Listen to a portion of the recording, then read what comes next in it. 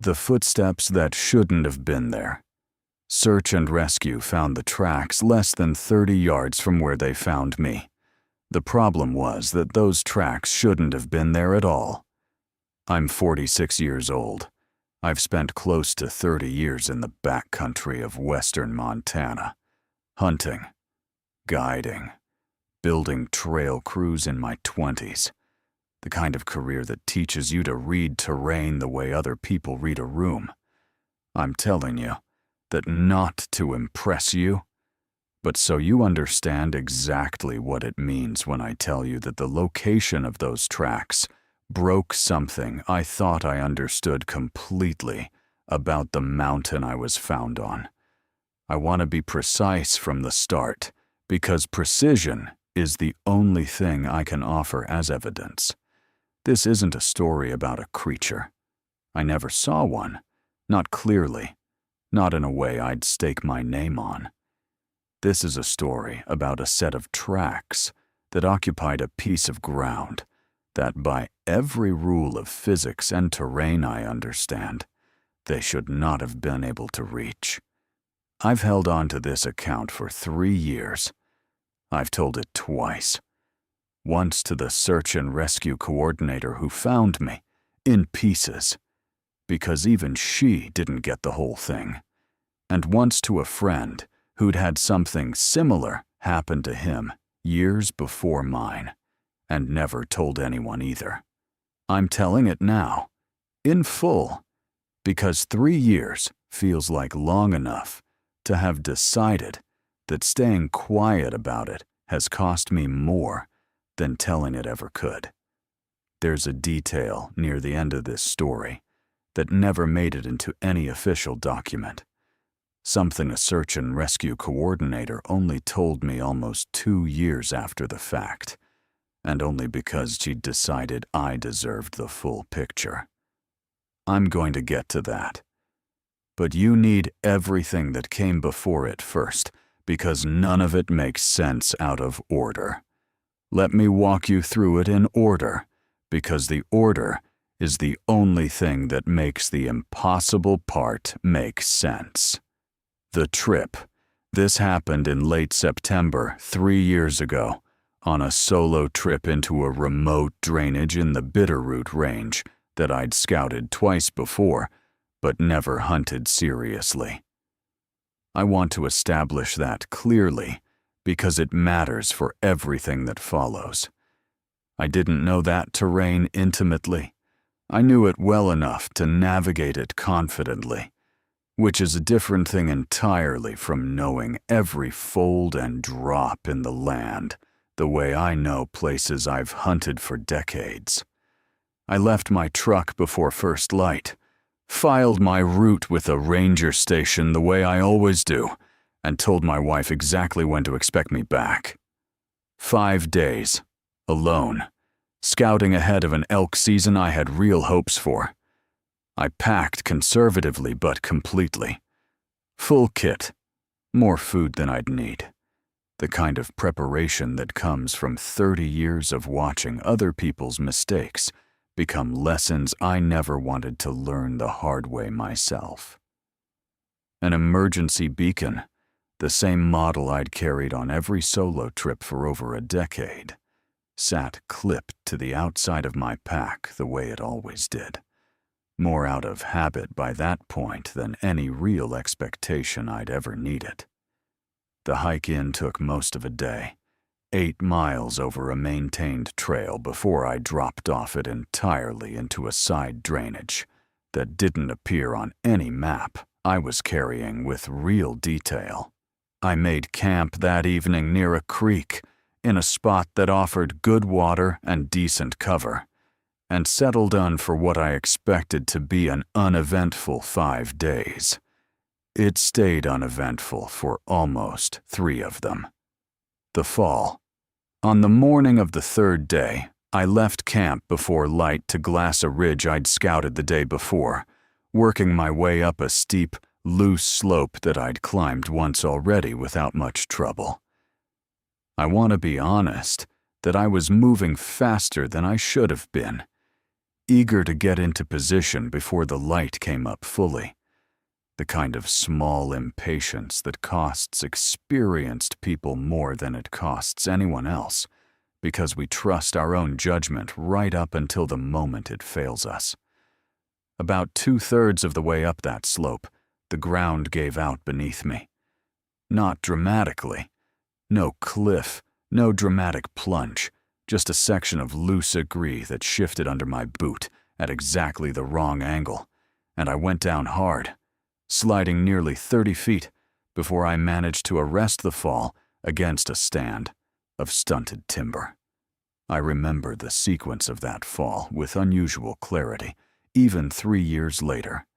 The specific sound of rock sliding under my boot, the half-second where I genuinely believed I'd catch myself, and then the abrupt, total loss of any control over what happened to my body for the next several seconds. I've replayed that sequence more times than I can count, looking for the exact moment I could have stopped it. I never find one. I knew immediately that my leg was badly hurt. Not broken in the way you see in movies, bone through skin, but a serious break all the same, the kind that meant I was not walking out of that drainage under my own power. I want to spare you the details of exactly how I confirmed that, except to say that 30 years of backcountry experience teaches you to assess an injury quickly and honestly, because the alternative, denial, optimism, trying to push through something your body has already told you is broken, gets people killed in country like that far more often than the injury itself does. I was alone, off any marked trail, in a drainage that didn't show clearly on my map, roughly 2 miles from the nearest point. Any search team would have reason to start looking. I activated the emergency beacon I'd carried on every solo trip for over a decade, the first time in all those years I'd ever needed to use it for real. And then I did the only thing left to do. I waited. The wait. I managed to drag myself with considerable pain to a slightly more sheltered position against a rock outcrop, and I did what I could to stabilize my leg using a section of my hiking pole and clothing from my pack. I had water, I had some food, and I had a beacon that I knew would eventually bring help, even if I had no way of knowing exactly when. What I didn't expect was how long that exactly when would turn out to be. The terrain in that drainage, combined with the time of day I'd triggered the beacon, meant a ground team would likely reach me well before any aircraft could safely operate in that kind of country.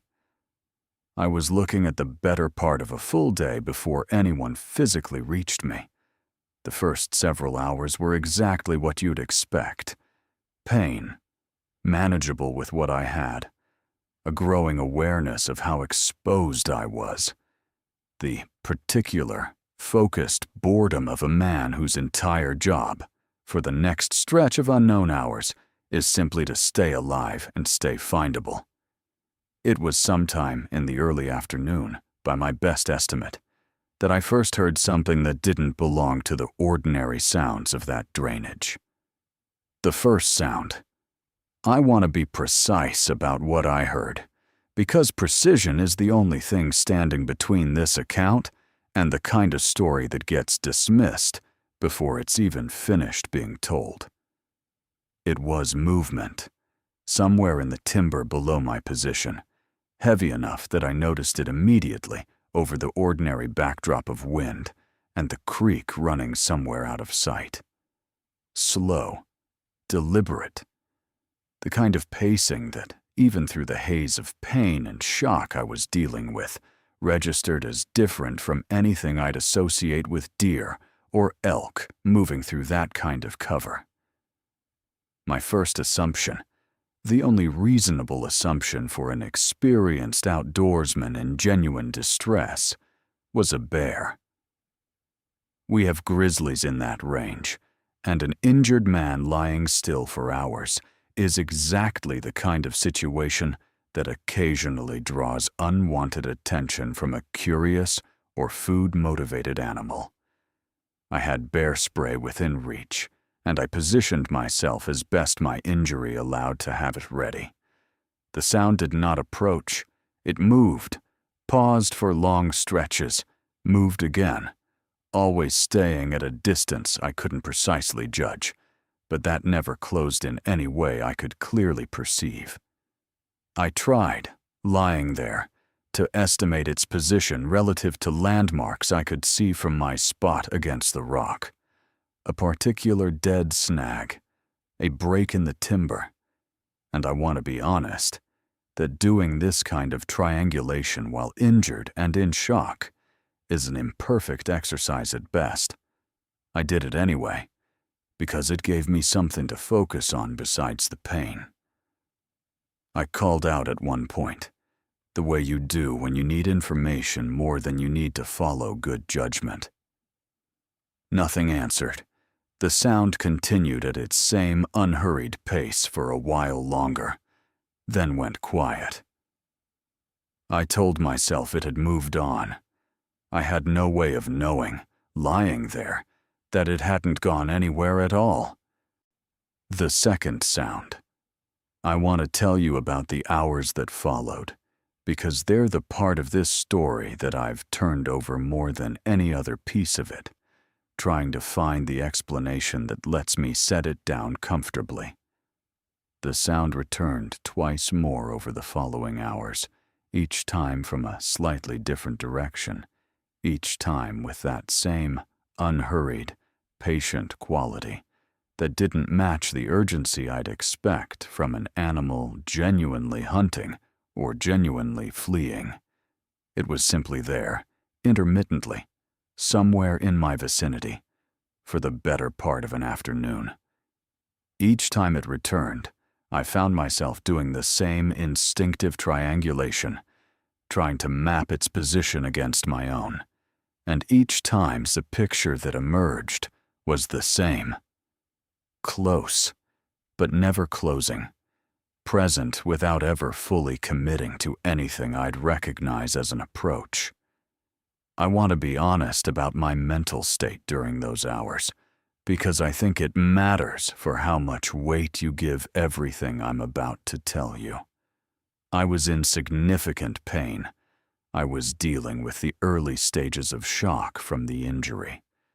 I had been lying in roughly the same position for the better part of a day, increasingly dehydrated, despite my efforts to manage water carefully. All of those factors can affect perception, and I want to give that possibility the weight it deserves, rather than pretending my account from those hours is some kind of perfectly objective record.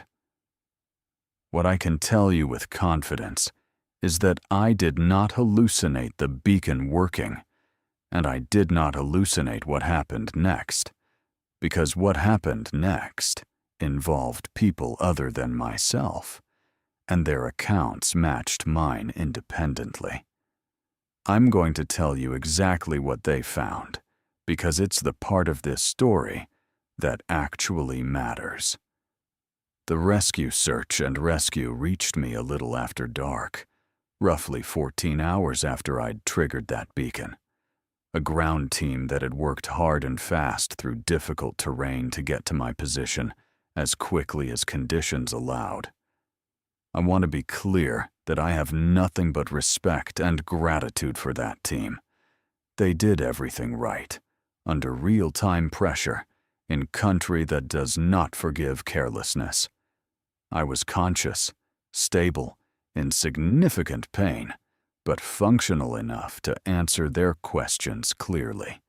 I told them about the sounds I'd heard that afternoon, the way you tell a rescue team any potentially relevant detail about your circumstances, expecting it to be logged and largely set aside as the kind of thing an injured, exhausted man reports without it necessarily meaning much.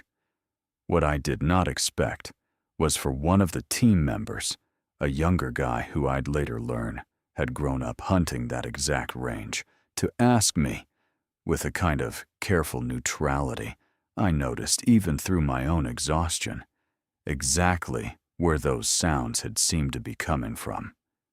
I pointed, as best I could, toward the direction I remembered. He walked that direction himself, with another team member, while the rest of the group worked on stabilizing me for the extraction. I remember watching their headlamps move away into the dark, more focused on that than I probably should have been given my own condition, some instinct telling me that whatever he found was going to matter. He came back roughly 20 minutes later, and I remember his expression clearly, even through everything else I was dealing with in that moment. It was the look of a man who had found something he had not expected to find, and who was now trying to decide how much of that finding to share with an injured stranger he'd just met.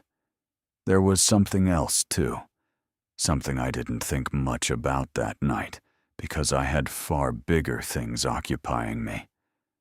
Somewhere between the fall and the rescue, my rifle had gone missing. I'd had it slung across my back when I went up that slope.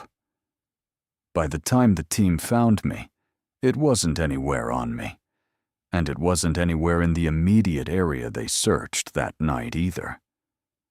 I assumed, lying there, that it had simply come loose during the fall and slid somewhere down the scree I couldn't see in the dark. It seemed like the least important detail of the entire night. At the time, I thought the tracks were the strangest part of what happened to me that day. I was wrong. What he'd found at that rock formation is the entire reason I'm telling you this story. The tracks. I want to walk you through this part as carefully and as factually as I possibly can, because it's the piece of this account that has genuinely never let go of me. More than the fall, more than the injury, more than the 14 hours of waiting. Less than 30 yards from where I'd been lying, in a patch of exposed soil at the base of a small rock formation, there were tracks. Large. The team member who found them, and the coordinator who examined the photographs later that week, both independently described them the same way I'm about to describe them to you. Significantly larger than any boot print, with a stride length and weight distribution that read as bipedal, rather than the four-legged gait of any animal native to that range. I did not see those tracks myself that night. I want to be honest about that distinction, because I think it matters enormously for how you weigh everything I'm telling you. I am relaying what was found and documented by other people, trained professionals, with no reason to exaggerate a detail in an official incident report. I saw photographs of those tracks for the first time nearly a week later, once I'd been stabilized and the coordinator agreed, somewhat reluctantly, to share them with me directly. I remember the specific feeling of looking at those photographs for the first time, in a hospital bed, my leg in a cast, comparing what I saw on a phone screen against my own memory of the sounds I'd heard that afternoon. There was a strange relief in it, the kind that comes from having a piece of physical evidence finally attach itself to something you'd half convinced yourself, in the days since, you'd simply imagined out of pain and fear. What made those tracks impossible wasn't simply their size or their shape, it was their location. What I noticed later, going back through my own gear, bothered me even more. The problem with the location. I want to explain this as clearly as I can, because it's the actual heart of this entire story. the detail that I have never been able to find a satisfying conventional explanation for, no matter how many times I've gone back over it. The patch of soil where those tracks were found sat at the base of a small rock formation on a slope that, from every angle a normal approach would require, was bordered by terrain that should have made reaching that exact spot extraordinarily difficult, without leaving a much wider trail of disturbed ground, broken vegetation, or additional tracks somewhere in the approach. I want you to picture that terrain the way I've had it described to me, and the way I later confirmed for myself. On one side, a steep, loose rock face, the same kind of unstable scree that had taken my own leg out from under me earlier that day. Passable, technically, but the kind of surface that records movement clearly in scuffed rock and disturbed loose stone for anyone or anything crossing it. On another side, a dense stand of mature timber with enough deadfall and undergrowth that any large animal moving through it leaves an obvious signature of broken branches and disturbed duff. The third side opened onto a stretch of open, soft ground, exactly the kind of substrate that should have held a clear trail of tracks for as far as the eye could see in either direction. The search and rescue team member who found the tracks, the same one who'd asked me where the sounds came from, spent considerable time afterward, both that night, with a headlamp, and the following morning in full daylight, once a second team returned to document the scene properly, trying to trace any approach or departure path connecting to that print. He found nothing. No trail of disturbed ground leading toward it from any direction that matched the surrounding terrain. No corresponding tracks anywhere in the more open ground a normal approach would have crossed. It was as if whatever made that print had arrived at that exact spot, stood briefly, and left, without crossing any of the ground that should have connected it to anywhere else. I want to give you every reasonable explanation for that, because I think a responsible account has to. It's possible the surrounding ground simply didn't hold a track the way that one patch of exposed soil did. Rockier substrate, denser vegetation, conditions that wouldn't record a print the same way. That's a real possibility, and I've held it seriously for 3 years. But it doesn't fully satisfy me, because the team member who searched that area knew that terrain, professionally in a way I didn't, and his own conclusion, given to me directly and reluctantly, was that he couldn't account for how something that size had reached that exact patch of ground without leaving any trace anywhere else nearby. That's the detail that has never let me set this story down. It wasn't the only detail that wouldn't let go of me, though. It just took me longer to notice the second one, the official report. I want to tell you what happened to that detail once it entered the official record, because I think it matters for understanding why this story has stayed so quiet for 3 years.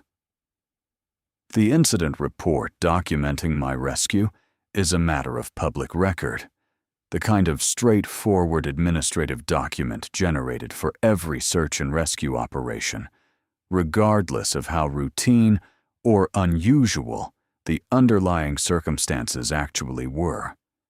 I requested a copy of it nearly a year after the fact, partly out of simple curiosity, partly because I wanted to see, in black and white, exactly how the strangest part of my own rescue had actually been documented. The tracks are mentioned. One sentence, buried in a section describing the scene at the location where I was found, noting, unidentified animal tracks of unusual size observed in proximity to subject, with no further elaboration, no measurements included, no reference to the unusual lack of any connecting approach path. I read that sentence probably a dozen times the first time I saw it, the way you reread a single line of text, hoping it'll somehow say more the next time through. It never did. It's a single clause in a multi-page document otherwise devoted entirely to timelines, coordinates, and medical assessments. Exactly the kind of language a report like that is built to contain, and exactly the kind of language that has no room at all for what that team member actually told me. He experienced the searching that ground. I don't say that with any bitterness toward the people who wrote that report. There is no box on a standard incident form for the tracks shouldn't have been able to get there. There's no procedure for documenting an absence of evidence as strange as the presence of the evidence itself. The report did exactly what it was designed to do, which was document a successful rescue.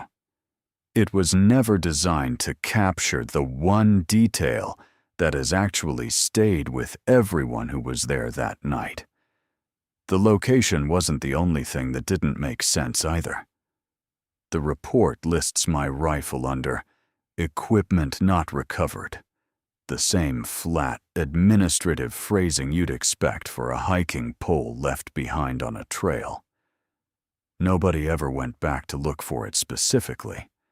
A search team has more pressing things to do than retrieve a civilian's hunting rifle once the actual person has been safely extracted, and I understood that completely at the time. I didn't think about that rifle again for almost a year. What it doesn't mention at all is the detail I'm about to tell you, the one piece of this story that never made it into anything official, that I've never told anyone publicly until now. The detail that was left out. I want to tell you about a conversation I had with that same search and rescue coordinator almost 2 years after my rescue, because it's the detail that has bothered me more consistently than the tracks themselves, and it's something she told me explicitly was never going to appear in any official documentation. I'd reached out to her, partly to thank her properly once enough time had passed that I could think about that night without the immediate shock of the injury clouding everything else, and partly because I genuinely wanted to know whether she had ever come to any conclusion about those tracks herself. She told me, carefully, that she hadn't, and that she'd thought about that night more than she'd expected to in the 2 years since. There was a long pause on the line after that, the kind that tells you someone is deciding in real time whether to keep going. Then she told me something else, almost as an afterthought. The way people sometimes share the detail that actually matters most, only after they've already decided to trust you with the rest. She said that, during the extraction itself, while the team was working to stabilize and move me down the slope, one of the team members, not the same one who'd found the tracks, a different member entirely, had quietly mentioned to her that he believed something had been watching the operation from a stand of timber roughly 50 yards upslope from where I'd been found. He hadn't said this to the full team. He hadn't included it in his own report. He'd simply mentioned it to her, quietly, once the operation was complete, and we were well clear of that drainage, and asked her not to repeat it, because he didn't want it affecting how seriously his future reports were taken. She told me she'd respected that request for 2 years. She was telling me now, she said, because she'd decided I had more right to the full picture than his career had to that particular omission. I don't know what that team member saw or thought he saw in that timber. I never spoke to him directly, and the coordinator declined to identify him to me, which I understood and didn't push against. What I know is that an experienced, professional search and rescue team member, in the middle of a real operation with a real injured person depending on him, believed strongly enough that something was watching that night that he felt compelled to mention it to a colleague, and cautious enough about his own credibility that he chose never to put it in writing. That detail, more than the tracks themselves, is the reason I no longer think what happened to me that day was simply a strange coincidence of substrate and animal behavior. Why this matters more than a sighting, I want to explain why I've focused this entire account on the location of those tracks rather than on what may or may not have been moving through that timber, because I think it's the more important question, and because I think it's the question that actually deserves your attention. A sighting, even a clear one, is ultimately a single person's perception, filtered through stress, lighting, distance, and all the ordinary limitations of human observation under difficult conditions. I don't have a sighting to offer you, and I wouldn't trust my own account of one even if I did, given the state I was in that day. What I have is a documented, physical, measurable piece of evidence. A track, found by a trained professional, in a location that a second trained professional spent real time the following morning, trying and failing to connect to any plausible approach path. That's not a perception. That's a physical fact about a piece of ground, observed independently by people with every professional incentive to find the boring explanation rather than the strange one. I've thought more than once about how this story would be different if I had seen something clearly that afternoon, lying against that rock. It would be easier to dismiss, in a way, or easier to believe completely, depending on which way you lean. A clean sighting gives people something to argue about. What I saw, how clearly I saw it, whether stress and shock could explain it away. What I'm giving you instead is harder to argue with in either direction, because it isn't my perception at all. It's a measurement, taken by someone else, of a piece of ground that shouldn't have looked the way it looked. I keep coming back to the same question, the one I think matters more than any other in this entire account. How does something leave a clear, measurable track in one specific patch of ground, with no trace of how it arrived there or where it went, in terrain that should have recorded that kind of movement clearly in every direction surrounding it? I don't have an answer. I've spent 3 years not having an answer, and I've made what peace I can with that. What I've done since I want to tell you what this experience actually changed about how I move through that backcountry, because I think it matters for understanding how seriously I've taken it, even after 3 years of trying to find a way to set it down. I went back to that exact drainage once, about 1.5 years after the rescue, once my leg had healed enough to make the trip. I want to be honest that I almost didn't go. Something about returning to that exact spot felt, for most of that 1.5 years, like more than I was ready to do. I told my wife I needed to see it for myself, and she didn't try to talk me out of it, though I could tell she wasn't entirely comfortable with the idea either. I found the rock formation without much trouble. The soil that had held those tracks had long since been disturbed by weather and seasons, the way any exposed ground in that country gets reworked constantly by wind, rain, and snow. There was nothing left to find, which I'd expected, and which still managed to feel like its own small disappointment. What I noticed, standing there, was something I hadn't fully appreciated from the photographs alone. The terrain really was exactly as constrained as the search and rescue team member had described it to me. Steep, rocky approaches on 3 sides, the 4th bordered by terrain that would have required crossing open, exposed ground that should have held tracks clearly in the soft, early autumn soil that covered most of that slope. I stood there for the better part of an hour, doing exactly what that team member had done the morning after my rescue, trying to trace any plausible approach. I came up with nothing, the same way he had. I haven't been back since. I've told myself I will eventually. The way you tell yourself you'll do most things that some part of you isn't actually ready to do. The question I can't answer.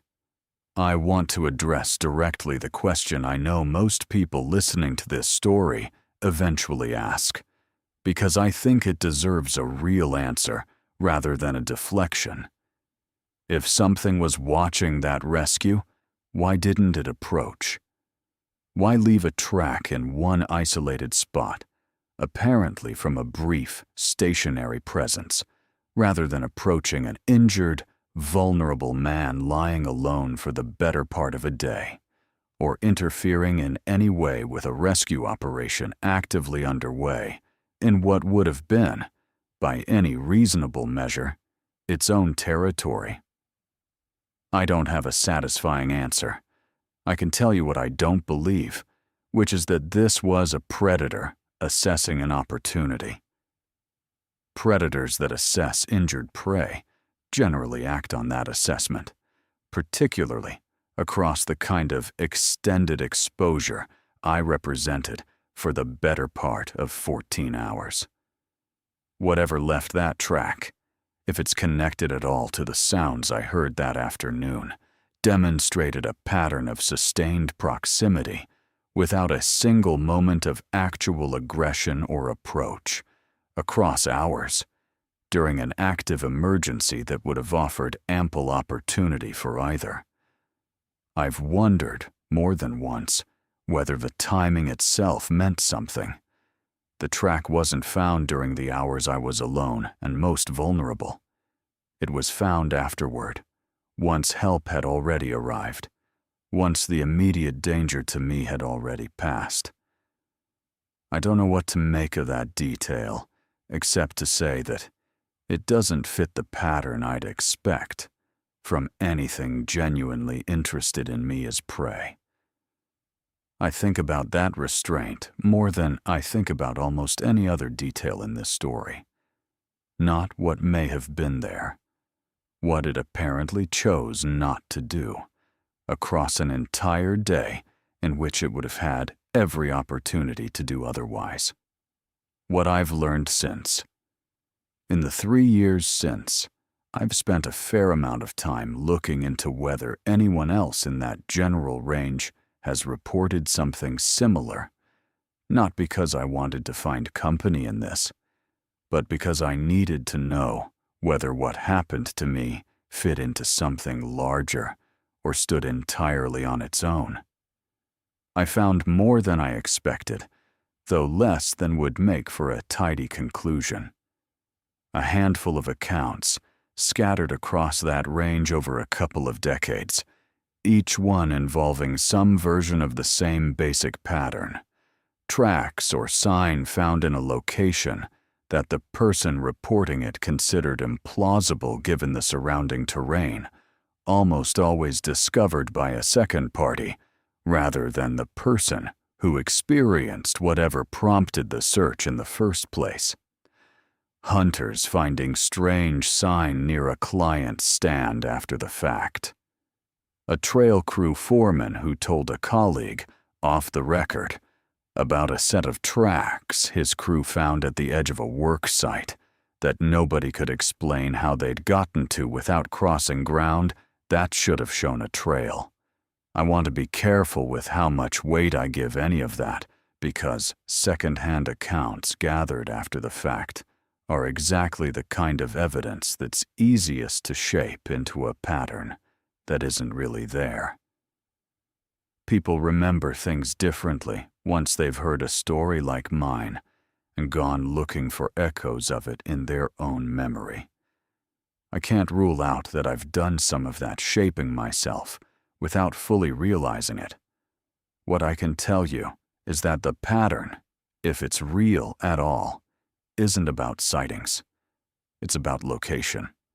Every account I came across that struck me as credible centered on the same basic mystery mine does. Not what was seen, but where evidence was found that shouldn't have been able to get there without leaving a wider trail behind it. That's the thread that's held my attention more than anything else since this happened to me. Not the creature, the geography, the rifle. I told you earlier that I'd lost my rifle somewhere between the fall and the rescue, and that I assumed, at the time, it had simply slid down the scree in the dark. I want to come back to that now, because it's the detail I mentioned I'd return to, and because what I eventually learned about it never sat comfortably alongside that explanation.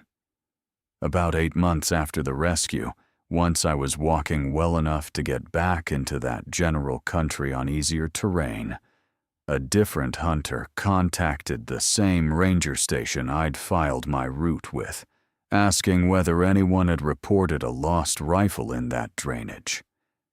He'd found one, he said, while scouting a ridge nearly 3/4 of a mile from where I'd fallen, a considerable distance, across terrain that would have been extraordinarily difficult for a rifle to simply slide or roll to on its own, especially terrain that didn't connect in any obvious downhill line to the slope I'd actually fallen on. The serial number matched mine. I drove out to collect it myself once the station confirmed the match. I want to be honest that I don't have a clean explanation for how it traveled that distance, across that particular terrain, with no obvious mechanism to carry it there. I've turned over every conventional possibility, an animal disturbing it and dragging it some distance, water from an early snowmelt carrying it further than I'd expect, even the unglamorous possibility that I simply misjudged exactly where I'd fallen, in shock, and the rifle had always been closer to where it was found than I remembered. None of those explanations fully satisfies me, the same way none of the explanations for the tracks fully satisfy me. I don't think the two mysteries are necessarily connected. I want to be careful not to overstate that. But I also can't shake the fact that in the same general window of time, in the same general stretch of country, two separate objects ended up somewhere they had no clear way of reaching. My rifle, and whatever made those tracks at the base of that rock formation. I still have that rifle. I've never taken it back into that drainage. One more detail. There's a final piece of this that I haven't mentioned yet. Something small that only occurred to me looking back through my own gear nearly a year after the rescue. My emergency beacon, the same one I'd triggered while lying against that rock, recorded a GPS log of my position throughout the operation. The way those devices are designed to do for exactly this kind of after-action review. When I finally sat down and looked through that log in detail, comparing it against the timeline search and rescue had given me, I noticed something I hadn't thought to check before. The beacon's last recorded position before the rescue team's own GPS data took over showed a brief, unexplained signal fluctuation roughly 2 hours before they reached me. Not a malfunction exactly, nothing that affected the beacon's actual function or my eventual rescue, but a momentary distortion in the signal that the manufacturer's technical support, when I called them out of simple curiosity, couldn't fully explain either. They offered the usual possibilities: terrain interference, atmospheric conditions, a brief hardware hiccup, and none of them, in the representative's own words, perfectly matched the specific pattern in my log. I don't know if that fluctuation means anything at all.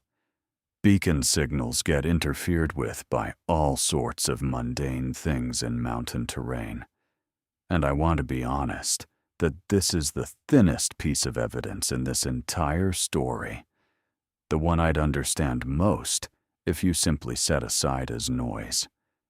I include it anyway, because it falls within that same 2-hour window when I was hearing movement in that timber, and because I'd rather give you every piece of the puzzle, however small, than decide in advance which ones don't matter. Why I'm telling you this?